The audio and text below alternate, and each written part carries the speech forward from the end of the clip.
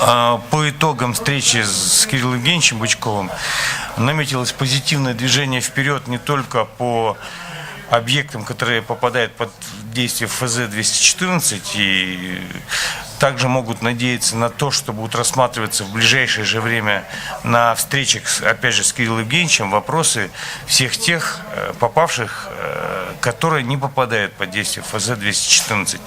Я считаю, что это позитивно. Приятно, что это именно в год консолидации происходит. Можно сказать, что застарелые проблемы мы наконец-то аккумулируем, и я думаю, в ближайшее время появится какая-то общая, понятная, прозрачная программа выхода из этого кризиса.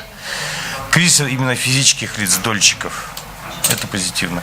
Наладится, думаю, в ближайшее время диалог с застройщиками, определятся лидеры, которые будут вмешиваться в программу и влиять на нее в строительстве каким-то образом. В общем, движение вперед есть. Это было вот ясно на сегодняшнем совещании. Прочувствовано. 12 числа мы в очередной раз собираемся, уже обсуждаем проблемы вне ФЗшников, так сказать, если можно назвать таким вот аббревиатурным словом. Людей, не попавших под действие закона 214-го. А можете рассказать, 214? Федеральный закон 214 касается конкретно долевого строительства на основе договорных отношений. ДДУ. Мы часто слышим этот аббревиатурный такой термин. Вот. К сожалению, у нас в строительстве присутствует не только ДДУ, но форма договоров, как правило, мошеннического типа, ну, или с определением. То есть они носят отпечаток легальности, потому что есть гражданский кодекс, и он, собственно, не запрещает строить на частной земле, но на этой частной земле вот у нас 14 объектов появилось, которые подходят под категорию самостроя. Когда берутся разрешения, каким-то образом получается, что технические присоединения с повышенными потребностями по газу, по горячей воде, по холодной воде, хотя это частная территория, появляется объект этажный, будем говорить, там и 8 этажей есть. Каким это образом происходит, это непонятно. Ясно, как он появился, в рамках кого? Ну, гражданского кодекса, безусловно. Ну, как получил разрешение. А в результате люди, купившие там квартиры, не имеют право распоряжаться собственной жилплощадью по существу. И эта жилплощадь не определена документами, не подтверждена. Вот этот вот негатив надо снимать в городе. У нас таких объектов 14. Вот. То есть итогом совещания что является? Что мы начинаем решать и эти вопросы. То есть сколько дольщиков на сегодняшний день есть и сколько можно проблем решить за счет бюджета республики? Ну, на этом совещании, кроме бюджетных каких-то вот моментов, бюджет, сами знаете, все живут в одном городе, все слышат. Принят к рассмотрению план Макарова Николая Николаевича. Многие его знают. Он работал в Россельхозбанке, управляющим этого банка. ВТБ. Его проект позволяет без федеральных, собственно, и без республиканских денег решить все проблемы всех категорий, кто попал в эту ситуацию, путем создания компенсационного фонда. Кому интересно, могут потом отдельно подойти. Это и общественные организации, и люди. Вот. И я думаю, Николай Николаевич найдет время объяснить всем суть и даст, думаю, максимально прозрачно всю эту схему. Мы договорились, что 12-го как раз это и будем обсуждать. А какой план в итоге? Что он предлагает? Проще. Он предлагает создать компенсационный фонд, куда будут на данный момент поступать деньги за счет строительства. Тут начинаются тонкие вещи просто. И надо, вот я не случайно сказал Николаю Николаевичу, потому что сразу много, без людей, погруженных в схему строительства, то есть для этой категории людей все будет понятно, быстро и буквально в ходе одной беседы. Для жителей города нет, конечно же. Поэтому, кто хочет, пожалуйста, Николай Николаевич выступит отдельно у вас и расскажет горожанам, что это за такая вот интересная тема, когда без федеральных республиканских денег можно решить вопрос застарелый, как долевое строительство. Давайте, то есть 11-12 у нас будет посвящено проекту Макарова? Да, изменения федерального, то, что Николай Николаевич предлагает. Мы изучим, естественно, на этой неделе, да, чтобы, так сказать, не просто прийти послушать, а уже какие-то свои предложения тоже дать. То есть еще раз тогда мы обменяемся информацией. Можно в видеоформате мы тогда подготовим кого-нибудь со стороны федералов, там, групп, кто, собственно, берет как инициативу и отрабатывает на уровне депутатов Госдумы. Ну, то есть вы Можно хотите было, да. на ВКС подключить, Да, если можно. возможно, технически, да, получить? А как, кого надо подключить? Да. Ну, мы Участников рабочей группы. Да, участников рабочей группы.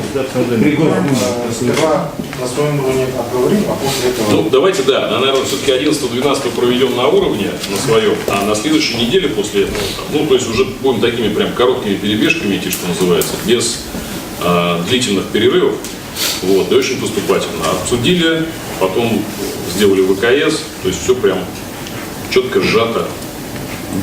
Хорошо, я поддерживаю.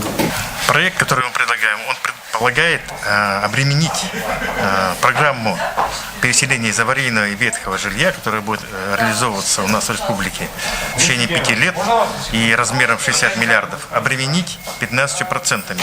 То есть тот, кто строит, перечисляет фонд, компенсационный фонд, квадрат, например, и получается некая сумма, порядка 9 миллиардов, которая может пойти будет использована, кстати говоря, не только тех дольщиков, а всех, будем говорить так, кто пострадали от недобросовестных строителей в силу объективных или субъективных причин.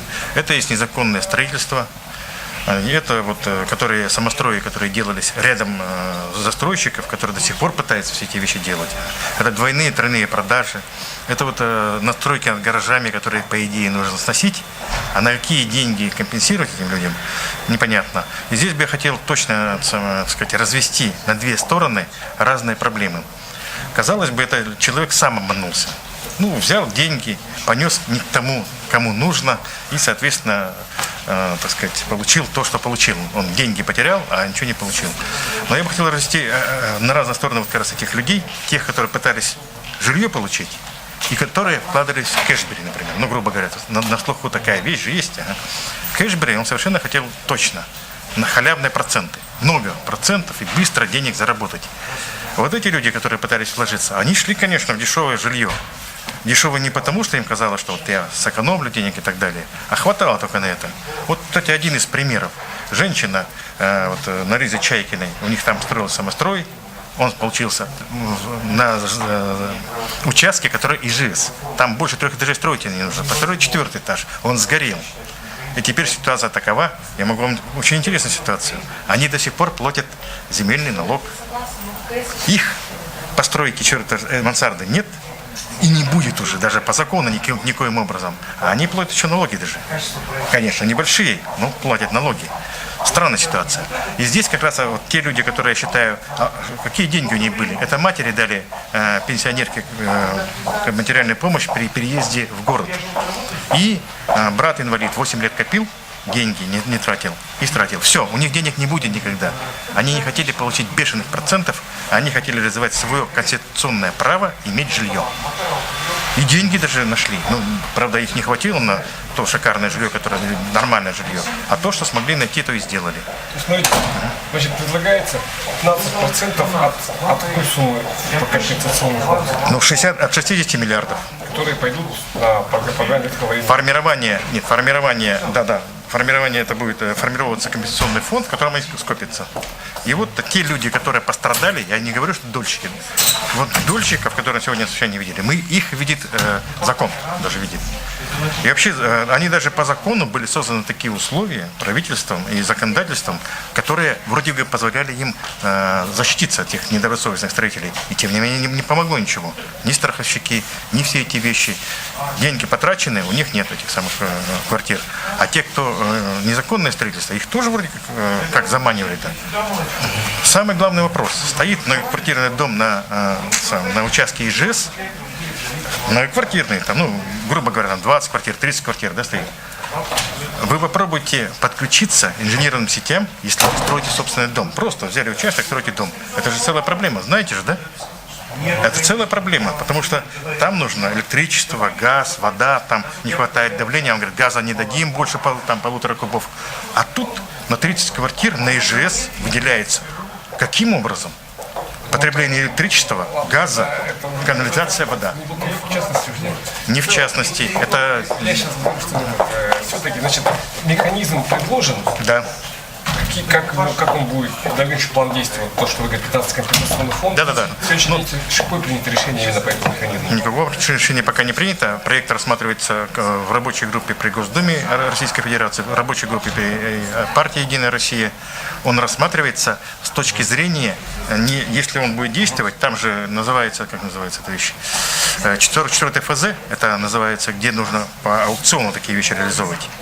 И есть предоставление, то есть достаточно льгот строителю бесплатной земли, хотя это уже существует, в общем-то говоря, и коммуникаций.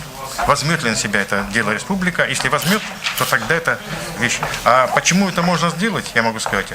При аукционах по 44 ФЗ там обязательно состоится аукцион, и, соответственно, всегда мы видим, вы сами, наверное, знаете, при строительстве школ, детских садов всегда идет понижение контракта. Слышали такую вещь, да? А если понижение контракта не делать от цены, то, очевидно, можно эту вещь, деньги направить на определенную задачу, которую мы сами решили, например, в республике там, и вместе с федерацией. Вот и все, собственно говоря. В общем, пока что... Кстати говоря, вот здесь я хочу сказать, этот фонд будет не государственным. Для него 214 ФЗ не существует. Списки составили, собрали в фонде там, наблюдательный совет, состоящий из прокуратуры, правоохранительных органов, Министерства юстиции, контрольно-ревизионного управления, депутатов всех уровней. И давайте списки рассматривать. Там очевидно, что потянутся люди, которые захотят на халяву эти деньги получить, квартиры получить. Ну, давайте рассматривать. Не одним человеком, не мы, то есть дольщики, не квадратом рассматривать, а и городские депутаты, и республиканские, и Госдуму депутаты, наши депутаты. Пусть члены Совета Федерации сюда входят, смотрят каждого человека, который записан в этом списке, кому выделяются эти вещи. Почему нет? Под надзором общественных организаций, наши НКО, ЦРО строителей, еще, я не знаю, какие подтянутся НКО. Почему нет-то? Ну, кстати говоря, я считаю, что здесь нужно распределение делать без участия правительства, исполнительного органа. То есть сейчас в следующем совещании будет посвящено вот этому. Именно этому механизму. Каким образом сейчас с федералами разрулить этот способ? Принятием наших законов и изменением федеральных законов. Кстати говоря, я предлагаю, то есть и налог с прибыли, то есть тех денег, которые будут перечисляться в фонд, они тоже, так сказать, не платили. Тот, кто перечисляет. Ну, вообще я считаю, что чрезвычайные ситуации требуют чрезвычайных мер. Так всегда было. Дольщиков на сегодняшний день обманутых категорий какая? Но по разным категориям у нас уже получается 3,5 тысячи. 3 тысячи? 3,5 тысячи. Да. Но это разных категорий. Некоторые живут в домах. Вот как называть их? Им не нужно строить, но им нужно реализовать свое право. Свидетельство на руки получить. Это тоже обманутый дольщик получается. А кому-то вообще сносить нужно, вот как в Маяке там, на Можайского. Там гаражи и над ними квартиры или жилые помещения построены на канализации, водоснабжении. Соответственно, вот куда их? Один только путь – сносить. И что получается? Люди из северных полосов приехали, нашли наиболее дешевое, подходящее, как и считали, жилье. Ну там, с проспектами и так далее, все. Вот и все, собственно говоря. Спасибо, пожалуйста.